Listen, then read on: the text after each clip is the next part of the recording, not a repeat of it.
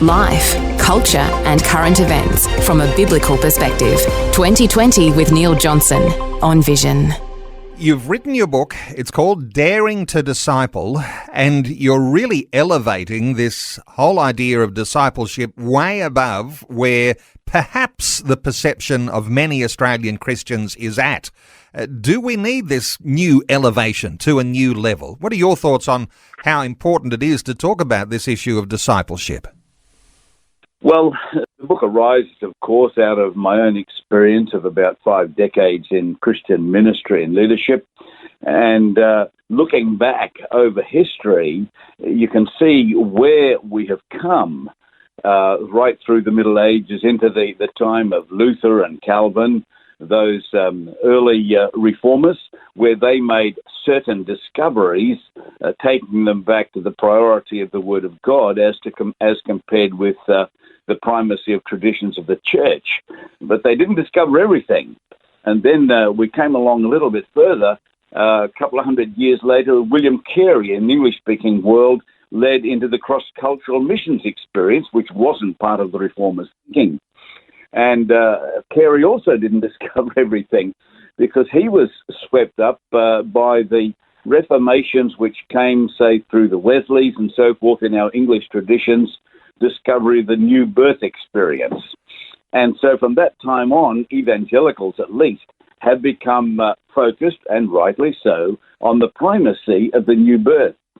But that has drifted into a tradition of people coming into the evangelical stream, which admittedly until recent times was growing, and then settling down and being carefully churchianized in the structures and practices of church.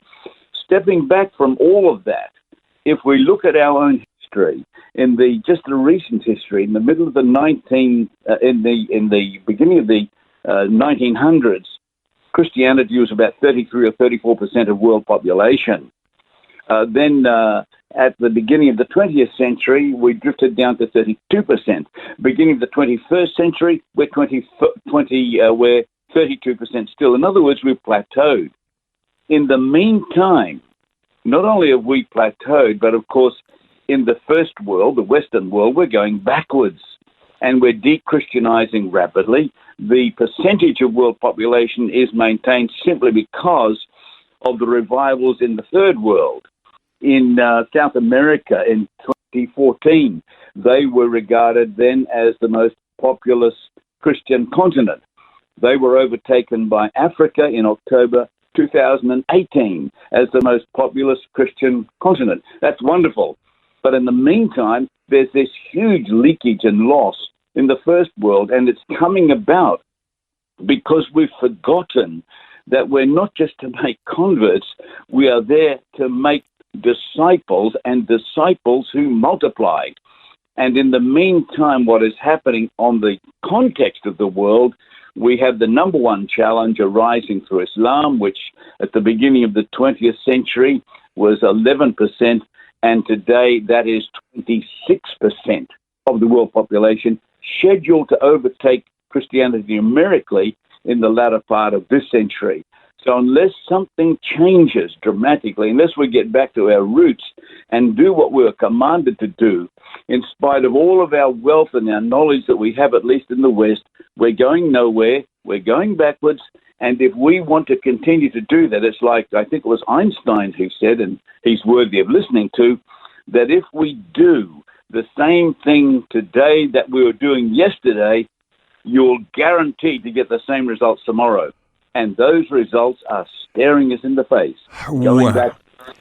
Okay, so what we've got is a wonderful story that is developing in Africa, a wonderful story that's developing in South America.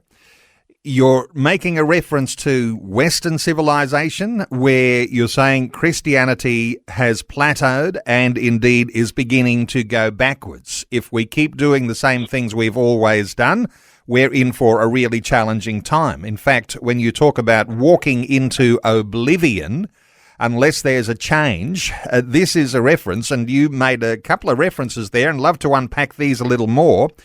Given that you're able to talk cross-culturally here, you mentioned the rise of Islam. and the decline of Christianity. And you said that Islam is on track to eclipse Christianity this century.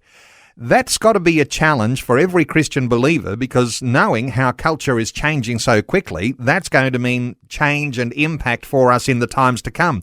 What are your thoughts on that idea of Christianity walking into oblivion unless there's change? Well, numerically, of course, it's an uncontestable argument. It is happening, and it's been happening for some time. If you just look at the situation known best of us, without my referencing other nations and continents, we all know, hopefully, the situation in Australia.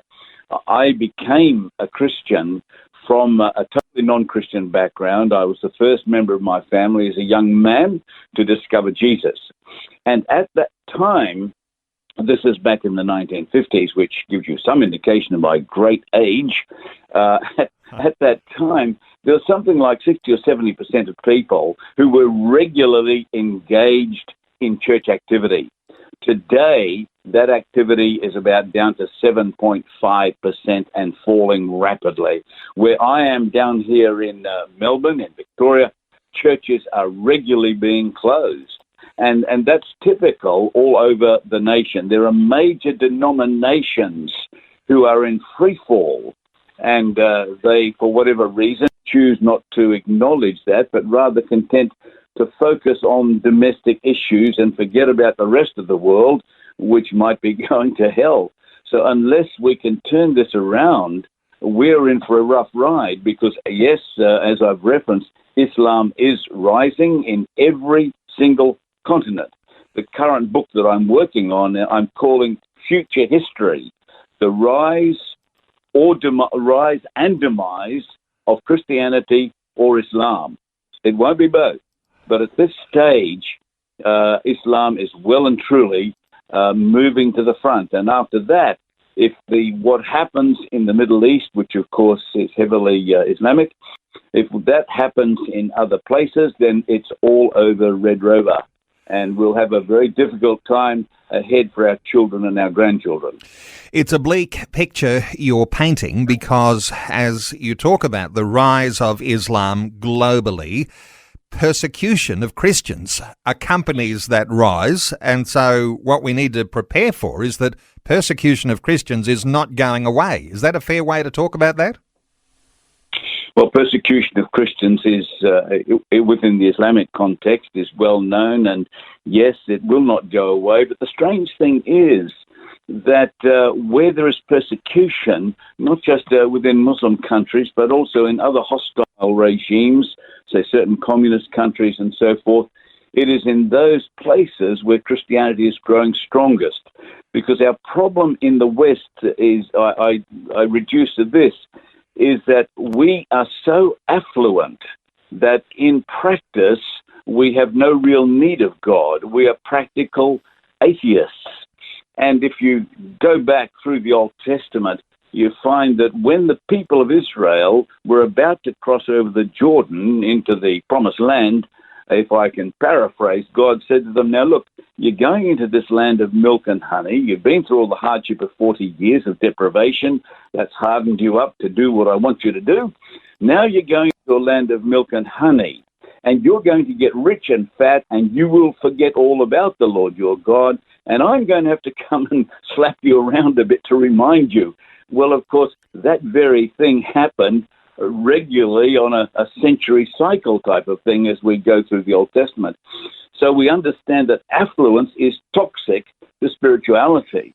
The church in the West is so affluent and so bloated and so self-contented that we have never, ever had to be fundamentally challenged. And therefore we lack the strength, the spiritual dynamism to respond to the situations.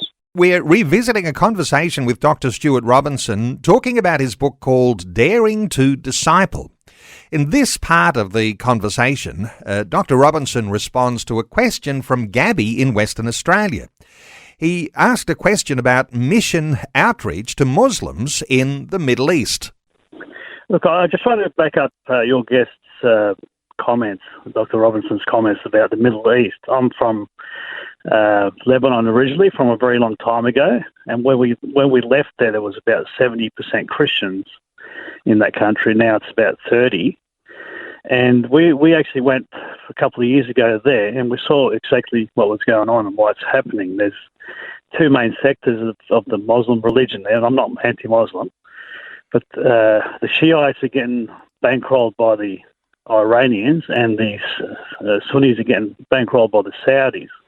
And the poor Christians in between are getting squeezed like wouldn't believe. They are really suffering, and they're wondering why the West has actually left them alone and let them disintegrate and almost disappear from that place where Jesus walked. It's quite sad what I saw there. Wow, Gabby. Let's get a thought or two. Stuart, your thoughts for Gabby? Yeah, the figures you're quoting are probably already outdated because, as you know, the Christian minority there is shrinking rapidly.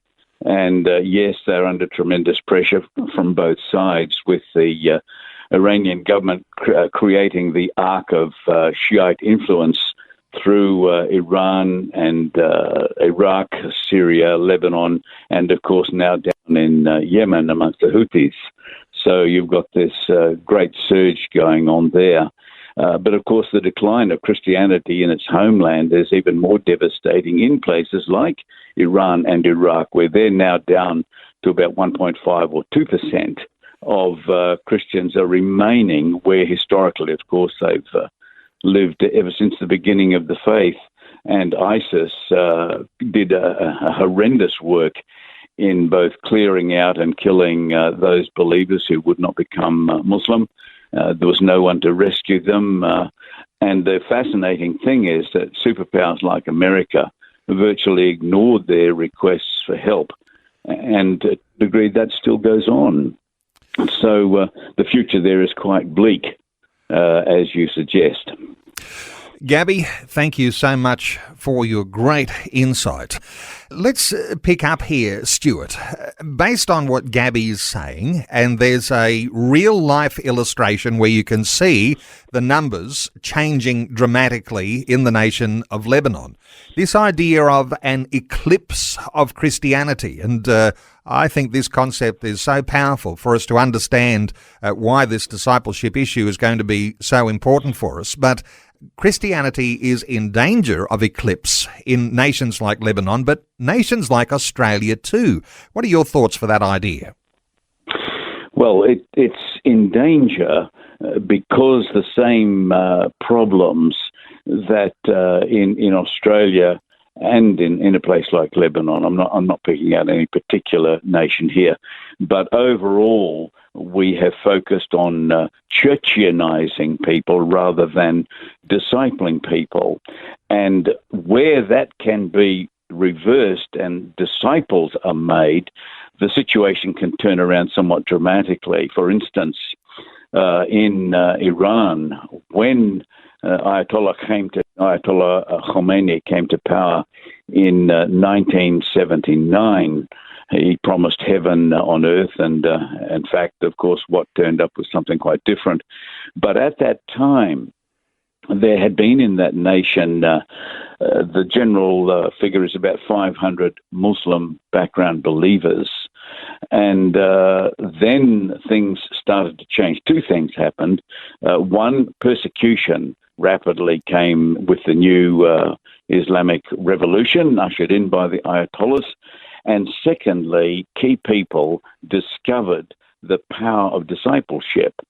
And so what happened then was by 2008, I think it was, there was something like regarded 250,000 Muslim background believers. And then by 2016, that number had gone up to about 500,000. And it's generally accepted today that the fastest growing church anywhere is probably the church in Iran, which is under tremendous persecution. However, there's also movements there of very strategic discipleship top to bottom, and those movements are having a profound effect in turning things around. Yes, of course, these disciples, when they become disciples, recognize that their lives will be under threat. but that's precisely what Jesus told us to expect anyway. So when you run the two together, of course, that aspect of persecution, and then link it in with the priority of discipleship, you have an unstoppable movement, just as exactly as it was in the earliest centuries of Christianity with the very oppressive and dangerous rulership of Rome. Stuart, let's bring this back to Aussies listening to our conversation today, because we're not experiencing, as you say, these depths of persecution that we're seeing in other nations around the world. In fact, you identified that our big problem right now may be our affluence. But let's talk about discipleship in this context that we have in Australia, because we might get the impression here in Australia that when we talk about discipleship, we're talking about something really complicated, and that's for leaders and that's for people who've got special degrees from university or something like that. But you take some time in your book to talk about your own story, and you talk about just how shaky the start was in your own Christian walk. I wonder if you can take us back to those early days and bring listeners into an Australian type of context of what we might understand about discipleship. Well, when I became a Christian, it was typically in the 50s and 60s, we had these evangelistic rallies, and I went along to one of those, and there I did what I was asked to do. I put up my hand to receive Jesus. And then, of course, I was tricked in coming to the front. I make sure I never do that in my own preaching. I always say at the beginning what's going to happen at the end, so there are no surprises. But when I went to the front of that meeting, not knowing too much, I was counseled by a pastor, and he was a great and gracious person. I've got to say that because later on he became my father-in-law. But he said to me 4 fundamental things, all of which were true. Okay, you're a Christian now, so or you accepted Jesus, so here are 4 things you've got to do. You've got to pray, you've got to go to church, you've got to witness, and now the 4 things... read the Bible, I think it was. Read the Bible, that's right, yes. So as someone who has no background at all, which of course is quite typical of an increasing number of Aussies, that's the only instruction I had. And so I found the nearest church was a little church down the road, happened to be a Baptist church with about 20 people in it, and I started to go there. Well, then, and it had a mother church about 4 kilometres away, a few hundred people in that one. And so I noticed the only way I could learn was to watch what Christians did. So I noticed that the most important people in that church, they carried big black Bibles with gold edging on it. So I saved up all my money and went to the only Christian bookshop in the city and bought one of those. Mind you, as I started to read it, I couldn't understand it. It was the King James Version, very, very small print, and it took me about a month to get through the introduction. I liked the stories that once I got into Genesis and Exodus, by the time I got into Deuteronomy and Leviticus, oh, goodness me, I was prepared to give up. I totally lost. So that was my experience in Bible reading. And then for prayer, I didn't know what to say or what to do. I thought, I think I'd seen in the movie or something, you got to close your eyes and put your hands together and get down on your knees. I did that, except my non-believing brother, my elder brother, jumped on me immediately, so I gave that away. And then that was 2 of the things, witnessing, and what was the 4th? Reading the Bible. I had prayer, going to church, reading the Bible, and witnessing. Being a witness, yes. And people laugh at this, but it was, I didn't know the meaning of the word. However, I had certain interactions with the constabulary of those days, and I knew that witnesses went along to the local court. The magistrate would call them in and they'd do something. So I got on my push bike, which is all I had in those days, and I rode and I stood outside that court, and I thought, now, somehow or other I'm supposed to go in there and do something. I don't know what, and I don't even know how to get in there. people laugh at that. But as a new Christian, I had no idea what all of these words meant and what activities they were and how I was to implement them. And I got no help from anybody. But the extraordinary thing was I knew that I was called into the ministry and that I would have to train for that, which later I did. And I went into theological college, learning all this highfalutin theological stuff which the great scholars have written through the ages. And don't get me wrong, I love scholarship, I love studying, but in practical terms, it wasn't that helpful, and it wasn't until the second year of theological college. There you don't get taught how to pray or how to read the Bible or how to witness. We're beyond that, aren't we? Well, actually, we're not. But it wasn't until an American came and met me and we started to talk about my personal life. And he got beside me and started to teach me some of these basic things which formed the foundation for the rest of my life and ministry. And that was like an affirmation of those things that your future father-in-law shared with you on the night that you went forward and made a decision to follow Christ. Those 4 things obviously have stayed with you. Pray, go to church, read the Bible, and be a witness. Those things are profound, simple but profound. Yes, yes. Well, you see, prayer gives you the connection with God. That creates a relationship. That creates intimacy, which is what your spiritual growth is dependent upon. Church gives you community. You cannot be a Christian in isolation. You need others around you.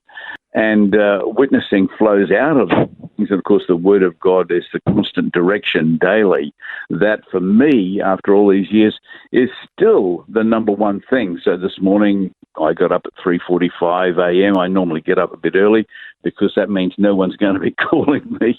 And there I can sit and read the Bible. And if I don't do that, I have a wife who will often ask me, "Did you read your Bible today?" We've been listening in to an archive conversation with Dr. Stuart Robinson, talking about his book, Daring to Disciple. You can connect with Dr. Robinson through his website, drstuartrobinson.com. His book, Daring to Disciple, is available in Christian bookstores and through online booksellers.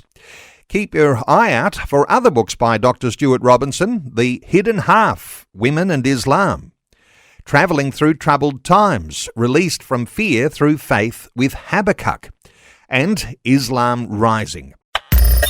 Thanks for taking time to listen to this audio on demand from Vision Christian Media. To find out more about us, go to vision.org.au.